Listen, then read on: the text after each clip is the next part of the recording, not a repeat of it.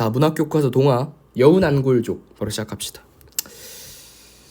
일단 위에 학습 제재라고 하나요? 읽어볼까요? 여운안골족은 유년기의 고향과 가족 공동체에 대한 그림을 노래한 1930년대 시다. 그러니까 이 시의 제재가 뭐냐면 바로 그리움입니다. 그리움. 이 그리움을 노래한 시인데 뭐에 대한 그리움이냐면 고향과 가족 공동체에 대한 그리움이에요. 흔히 우리가 향수라는 말 들어봤습니까? perfume 말고. 그러니까 뭔가 우리가 좀 이렇게 딱 여기 원래 여기가 고향이야. 근데 시간이 지나서 내가 타향살이를 하게 됐어.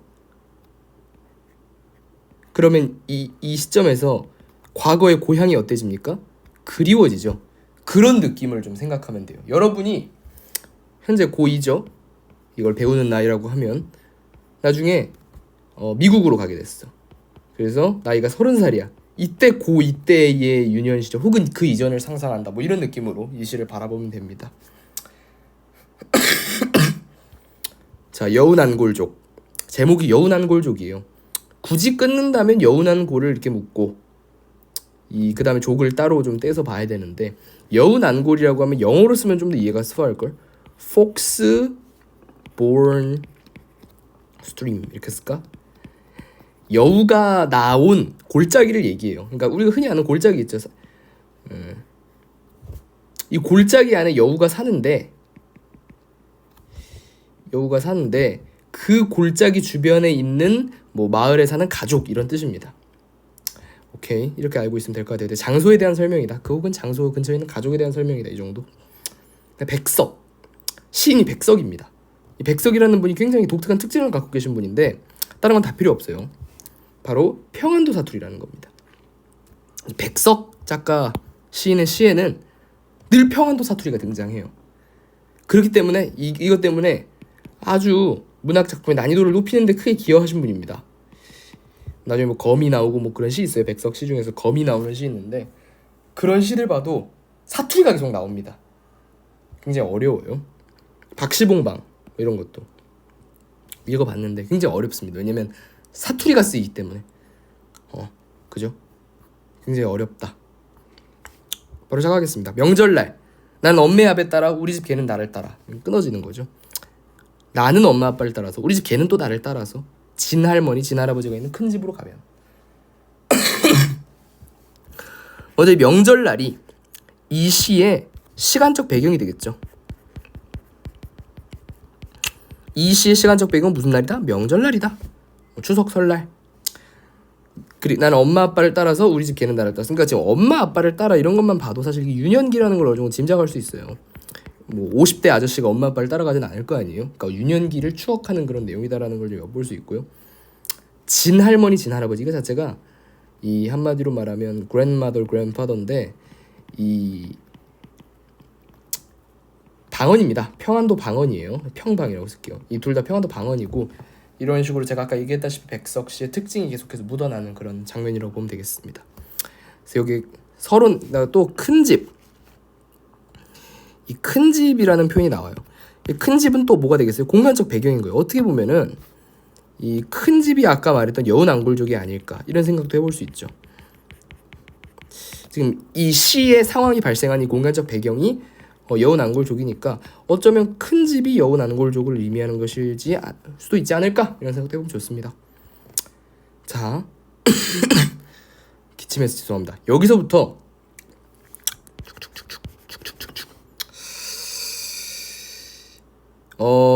여기까지 좀 끊기는 살짝 좀 애매한데 한 이 정도까지로 봐야 되나? 이 정도까지 뭘 소개하냐면 미리 내가 예고를 해줄게요. 바로 가족에 대한 소개를 할 겁니다.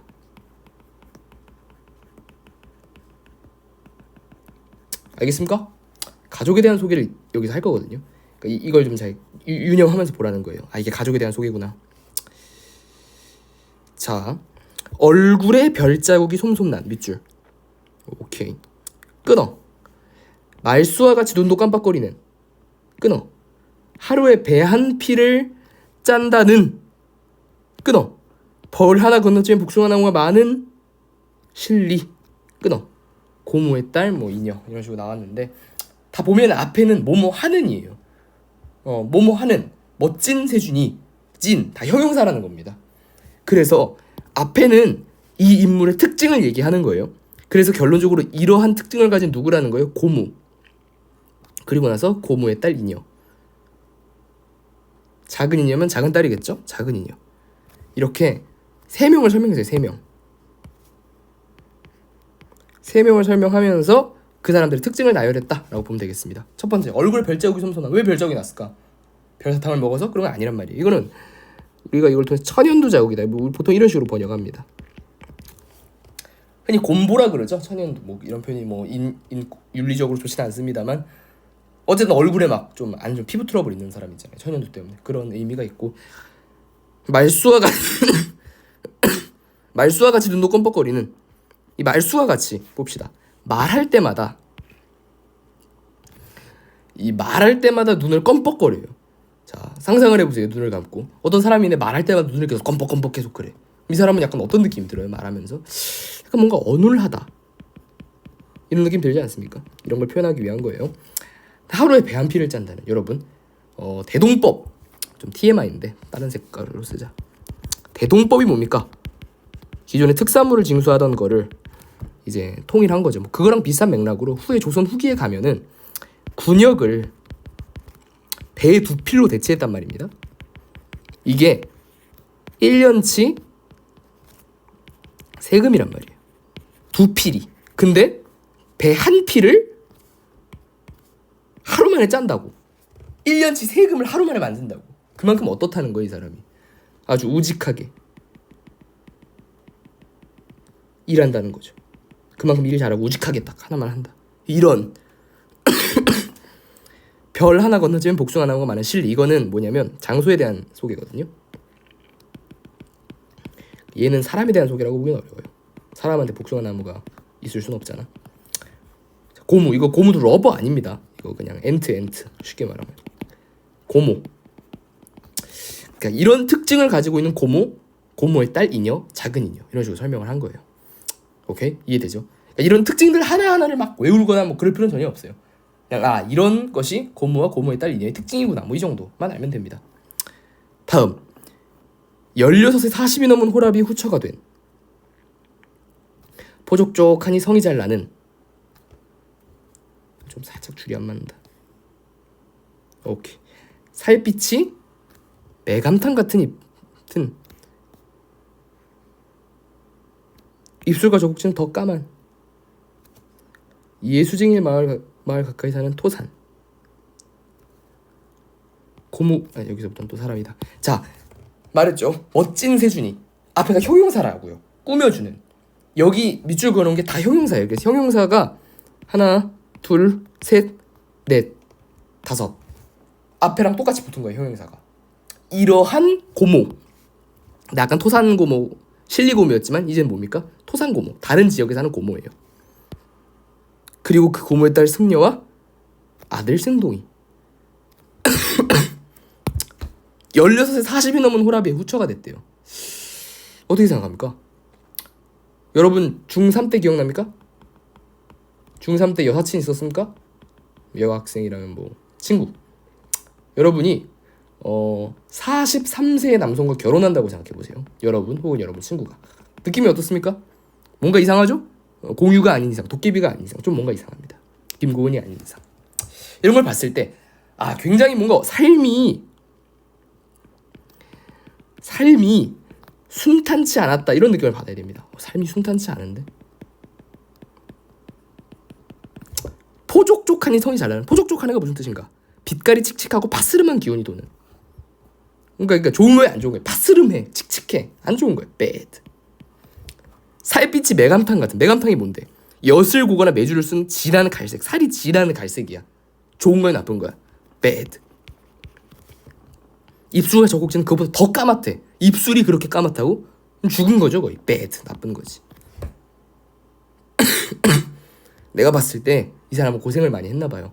삶이 순탄치 않은 거 플러스 외양이 좀 안 좋네. 근데 아까도 보니까 별자국이 솜솜났다. 즉 여기 지금 소개하고 있는 가족들이 전부 다 해피 라이프 막 그런 갓생을 살고 계신 분들은 아니에요. 참고로 여기도 또 3명을 소개했죠. 그러니까 전부 다 좀 약간 순탄치 않은 삶들을 살고 있는 가족들이다. 뭐 이런 느낌을 좀 생겨가면 좋겠습니다. 아까 마찬가지로 아까도 지명 마지막에 얘기했었죠. 지명의 특징이랑 여기도 마찬가지입니다. 예수쟁이 마을 가까이 사는 토산 이런 식으로 설명했습니다. 그런데 산은 또 우리 친척들 고무, 엔트와 마이 커즌들 이렇게 소개하는 거죠.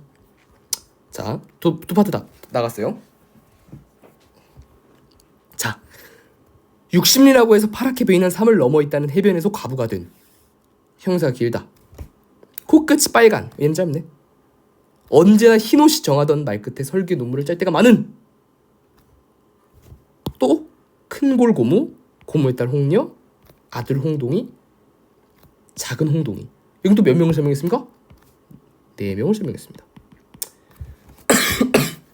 그러니까 계속 흐름이 어떠냐면 내가 여기다 정리를 따로 해줄게. 지금 이 흐름이 지금 계속 나오는 흐름이 어떤 흐름이에요? 형용사, adjective, 형용사, 사람 이런 느낌이죠. 그러면서 내 친척을 계속해서 소개하고 있다라는 느낌을 챙겨가면 돼요. 그래도 해설을 한번 해보면 산을 넘어 있다는 해변에서 과부가 됐다. 중요한 게 뭐 산을 넘든 말든 과부가 됐다는 게 중요한 거죠. 얘도 bad.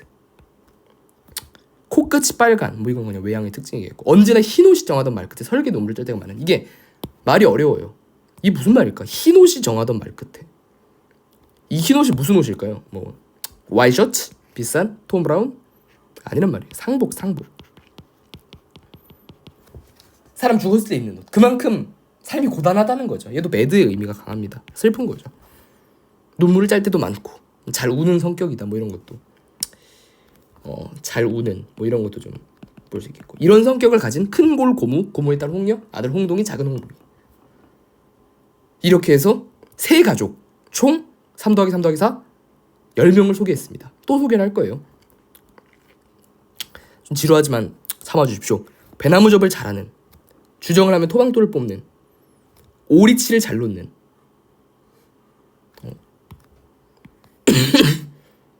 어이씨 기침을 했더니 먼 섬에 반디젓 담그러기를 좋아하는.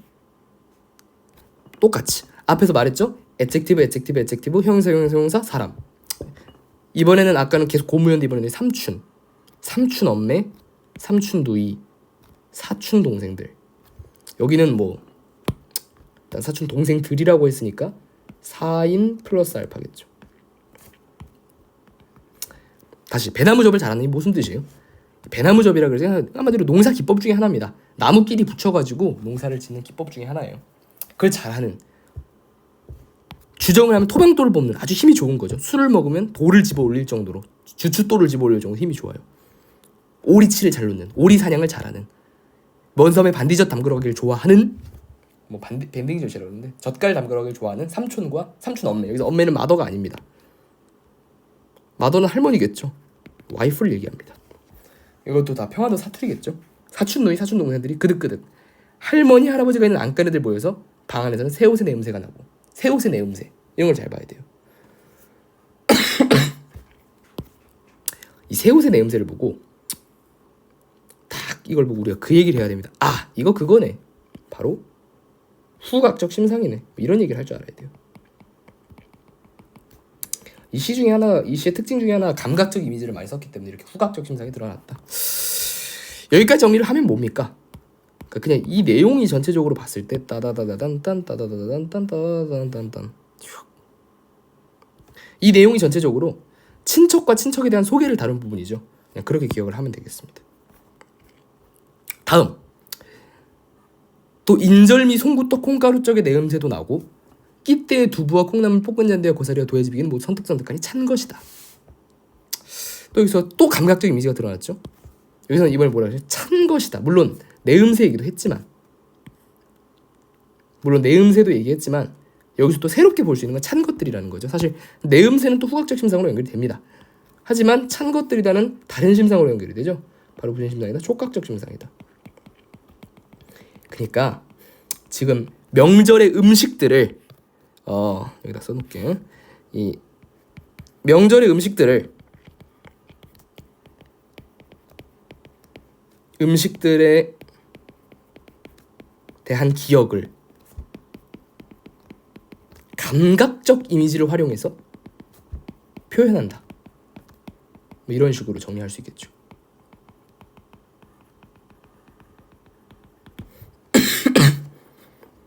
저녁술을 놓은 아이들은 외양간 선마당에 달린 배나무 동산에서 쥐잡이를 하고 숨굴막지를 하고 꼬리잡이를 하고 가마타고 씹가는 놀을 하고 장가가는 노름을 하고 이렇게 밤이 어둡도록 북적하니 논다. 아주 깨알 포인트지만 굳이 논다라고 했다. 논다. 어떻게 보면 이게 사실 좀 아이러니해요. 논다라는 게. 왜 논다가 아이러니하느냐? 말했다시피 백석이 이 시를 쓸 때는 이때보다 훨씬 나이가 많았단 말이야. 한마디로 유년 시절에 대한 회상이란 말이죠. 그런데 놀았다가 아니라 굳이 논다라고 쓴 것은 이게 현재형 어미거든요. 현재 시제. 현재 시제를 사용해서 생동감을 부여한다. 뭐 이런 느낌. 또 지금 쭉 계속해서 명절에 대한 설명을 하거든요. 뭐 굳이 읽을 필요도 없어. 이 명절에 대한 설명을 하면서 뭐 읽긴 해야 되겠죠. 읽을 필요도 없는 건 아니고. 자, 명절 뭘 소개하고 있어요? 음식, 놀이, 아까 숨굴막질 이런 거. 장면을 통해 풍성하고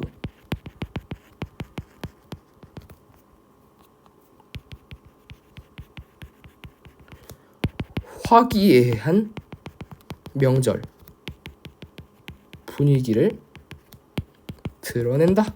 이렇게 쓰면 되겠습니다. 이해되죠? 명절 음식 놀이 장면을 통해 풍성하고 화기애애한 명절 분위기를 드러낸다. 이런 느낌으로. 그런 게 또 여기서 드러나요. 집안의 엄매들끼리 아르간에서 웃고 이야기하고 이런 걸 통해서 굉장히 화기애애하다는 걸 알 수 있어요. 그러니까 이게 앞서서 막 과부되고 막 이랬다는 내용이 나왔다 그래서 이 시의 전체적인 분위기를 아주 고단한 가족들의 삶을 그려낸 뭐 이렇게 하면 안 된다는 거예요. 그러니까 어쨌든 화기애애한 거예요, 현재는. 알겠습니까? 자, 아이들끼리 웃간 한 방을 잡고 좋아지라고 산망이 굴려. 계속해서 지금 뭐 하고 이러면서 계속해서 놀이가 계속 나오는 거예요. 놀이가. 그러니까 사실 이 시는 뭔가 되게 나열하는 걸 좋아하는 시입니다. 나열. 계속해서 뭘 자꾸 나열하는 느낌을 계속 줘요. 자, 이렇게 화디의 사기방득이 심지를 몇 번이 돋구고, 이게 심지를 몇 번이 돋구고 이게 무슨 말이냐? 그러니까 초를 켜놓고 놀았는데 초를 몇 번이나 바꿨다는 거예요. 그만큼 어떻게 됐다는 거예요? 시간의 경과를 나타내는 거고 시간 가는 줄 몰랐다 이런 얘기입니다. 그만큼 재밌었다. 또 자리 싸움을 하면 히드득거리다 잠이 든다. 그래서 문창에 턱납새의 그림자가 지는 아침 신우의 동생들이 우적하니 흥성거리는 북새 문틈으로 장지 문틈으로 무의징객국을 끓이며 끓이는 맛있는 냄새가 올라오도록 잔다. 그러니까 이게 맛있는 냄새가 나면서 아침이 딱 밝아오는 장면이고 그러니까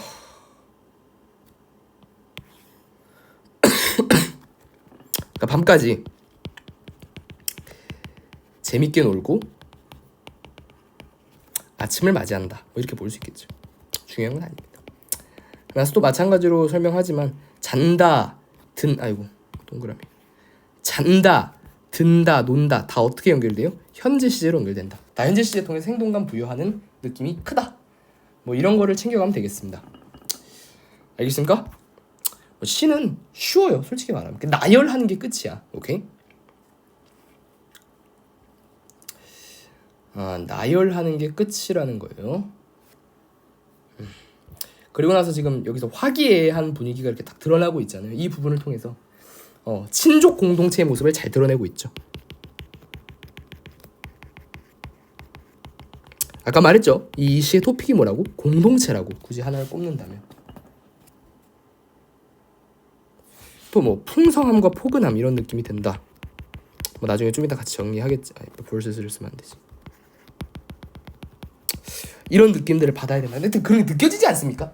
얘기만 해도 그러니까 이 사람이 무슨 이게 뭐 민족 대사전도 아니고 굳이 이렇게 막 놀이들을 나열하고 한 이유가 이런 느낌을 주기 위해서예요. 오케이?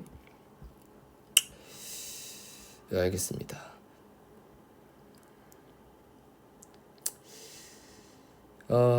좋습니다. 오케이. 학습 활동을 가겠습니다. 학습 활동을 먼저 하고 그 다음에 뭐 좀 추가적으로 보충할 점이 있으면 보충합시다. 학습 활동. 자, 일단 친척을 처음에 만났죠. 친척 얘기했고 그 다음에는 풍성한 명절 음식을 먹음. 이게 됐고요. 마지막으로 놀이를 하며 즐거운 시간을 보냄. 정리하면 됩니다.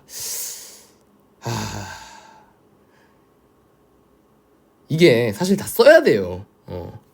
시의 내용을 정리해야 되기 때문에 모든 음식을 다 써야 되고 모든 놀이를 다 써야 되는데 그건 공부가 아니죠. 뭐 이걸 외우는 게 국어의 본질은 아니기 때문에 또 문학의 본질이 아니기 때문에 그냥 위치만 알려드리고 넘어가겠습니다. 저걸 다 쓰는 건 너무 좀 헛짓거리야. 음식 인절미, 송구떡, 콩가루 찰떡, 두부, 콩나물, 볶은 잔디, 고사리, 도야지, 비계. 끝. 놀이. 자, 조화질, 쌈방이, 바리깨돌림, 호박대기, 제비손, 구손이, 뭐 사기방등, 뭐 홍게닭은 아니죠. 홍게닭은 죄송합니다. 사기방등도 아닙니다. 죄송합니다. 또 위에 있겠지. 쥐잡이, 뭐 숨굴막질, 꼬리잡기, 시집가는 놈은 말 타고 장가가는 놈은 뭐 이런 거 하겠죠. 이런 것들 다 써주면 됩니다. 둘 다 써주면 된다. 중요하지 않습니다. 뭐 이런 걸 외워라. 미친 짓이죠. 어떤 방식으로 전개되는지 써봐라. 시상 전개 방식. 중요한 게 뭡니까? 자, 지금 보니까 명절 아침부터 다음날 아침까지 뭘로 시간의 흐름에 따라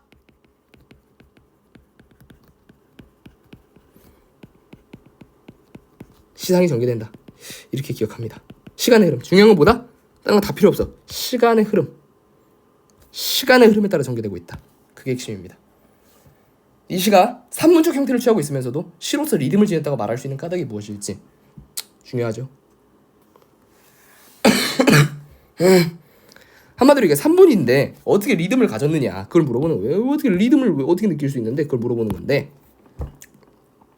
어떻게 얘기해야 되겠습니까? 이렇게 갑시다. 시어의 반복. 어디서 시어가 반복됐죠?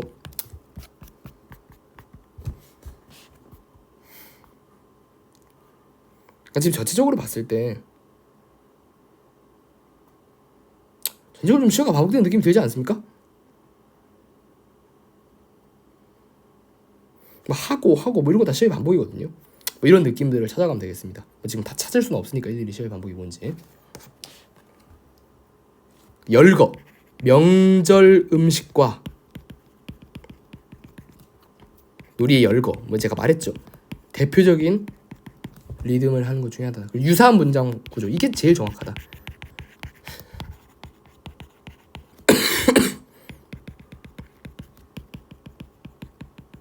뭐 이런 것들을 통해서 이게 가장 내가 봤을 때 제일 중요한 건 이건 것 같아. 처음에 가족 소개할 때도 그렇고 음식 소개할 때도 그렇고 이런 걸 통해서 리듬감을 주고 있다. 자, 백석을 만나다. 이것은 단순한 고향의 풍물의 회상이라든가 사라져가는 것에 대한 애착의 심정과는 차원이 다르다. 그러니까 애착은 아니다. 개개의 가족 구성원이 모여 이루는 공동체 합일의 공간 속에 내가 말했죠. 이게 핵심이라고. 공동체적 합일의 공간 속에 사람들이 한번 비비는 스며들어든 미심을 이시에 함축하고 있다.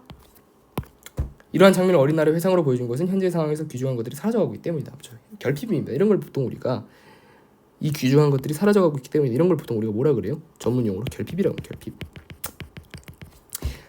시인은 어린 날의 평화로운 공간이 사라져가고 있다는 말을 한마디도 하지 않았지만 한마디도 안 했어요. 그죠? 요새는 없어요. 이런 말 아니단 말이야. 회상의 형식. 이 시의 구성이 그 사실을 암시하고 있다. 현재는 그게 없다. 현재도 그게 넘쳐. 아직까지 할머니가 살아있어. 매주 일요일마다 가족들끼리 다 만나서 놀아. 그럼 이런 시를 굳이 안 쓰겠죠? 이런 시를 창작한 데에는 현재 그게 결핍돼 있다는 게 가정이 돼 있다는 겁니다. 이해됩니까? 자, 여운 안골족에 대한 생각. 여운 안골족이라는 것은 자 볼게요. 정서적 유대감을 형성하는 가족 공동체. 말이 어렵죠? 쉽게 갑시다. 그냥 한마디로 여운 안골족이라는 말을 통해서 이거 가족 공동체에 뭐 서로 사랑을 느끼고 뭐 이런 걸 얘기하는 거죠. 그 다음에 공동체적 소속감과 동질감을 느낀다.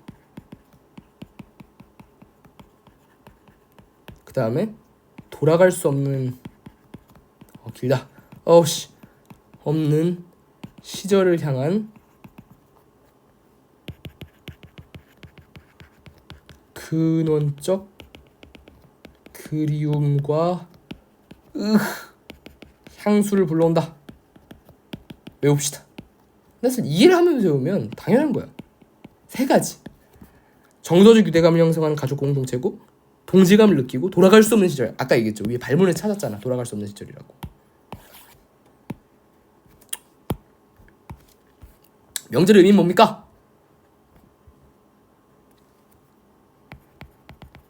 떨어져 살던 친척에게 공동체 의식을 일깨우고,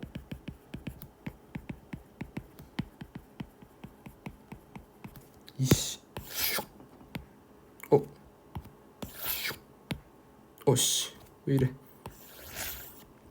아씨 짜증나네. 그러네. 오케이. 공동체 의식을 일깨우고 공동체적 유대감을 느끼게 하는 시간이다. 오케이? 오케이 바리. 외웁시다. 어쩔 수 없습니다. 이해를 하면 좋겠지만 시험을 봐야 되니까. 신 이시를 왜 창작했겠습니까? 그러니까 일제강점기, 내가 말로 할게요. 일제강점기로 인해서 어떻게 됐어요? 가족이 분열됐죠. 뭐 서로 막 강제 징용 뭐 이런 걸 뜯어졌으니까. 그러니까 이거에서 시작이 돼가지고 공동체에 대한 염원을 담아, 의 회복에 대한 염원 혹은 그냥 염원을 담아서 이 시를 창작했을 것이다. 그러니까 가족이 다 흩어졌으니까 그때로 다시 돌아가고 싶다, 뭐 이런 마음에 창작했다는 겁니다. 이해가 됩니까? 이해를 해야 됩니다. 자, 시가 있죠. 섬진강이라는 시입니다. 굳이 안 하겠습니다. 어쨌든 오늘은 핵심이 여운안골족이 핵심이니까 섬진강 이런 건 따로 공부하시고요. 뭐 깊이 있게 다룰 만한 글은 아닌 것 같아요. 작품 해제 한번 마지막으로 읽어보고 정리 한번 하고 마무리하겠습니다. 자, 쭉쭉 읽어볼게요. 이 시는 여운안골족이라는 중요한 것만 얘기하겠습니다. 쭉쭉 읽으면서 명절에는 대화, 자 이런 거요. 명절에 먹는 음식, 대화, 놀이를 차례로 소개하며 여기서 명절은 공동체 유대감이 형성된 장이나 토속적인 생명력이 집결된 축제로서 의미를 갖는다. 여러 번 스스로 읽어보세요. 이 구문을. 핵심. 이 구문을 한 3번 이상 소리내서 반복해보세요. 그럼 좀 이 시가 이해가 될 겁니다. 자, 그쵸. 이게 또 뭐예요? 일제는 이러한 공동체마저 말살하는 정책을 펼치고 있었다. 이게 뭐야? 바로 시 외적 배경입니다. 회상이라는 진술 방식. 10번 얘기해서 10번. 회상이라는 진술 방식. 더 이상 현실로 존재하지 않게 되었죠. 그때를 그리워하고 있으면 진짜 이 사실 이 있잖아요. 이 작품 해제만 똑바로 읽어도 이 시를 100% 이해했다고 해도 과언이 아니에요.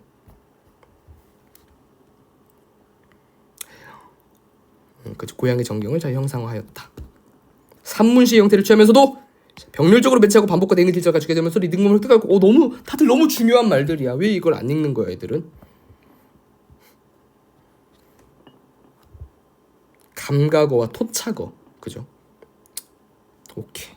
이 정도만 중요한 부분 체크하면 될 것 같습니다. 오케이. 사실 여운안골족이라는 시는 좀 난해하죠. 솔직히 말하면 막 그렇게 낙화 뭐 이런 것처럼, 하여튼 뭐 낙화도 그렇다. 진달래꽃 이런 것처럼 막 필기할 게 많고 막 기억할 게 많고 막 그렇지도 않으면서 또 그렇다고 기억할 게 없지도 않고 또 공부하기는 애매하고 뭐 그런 시입니다.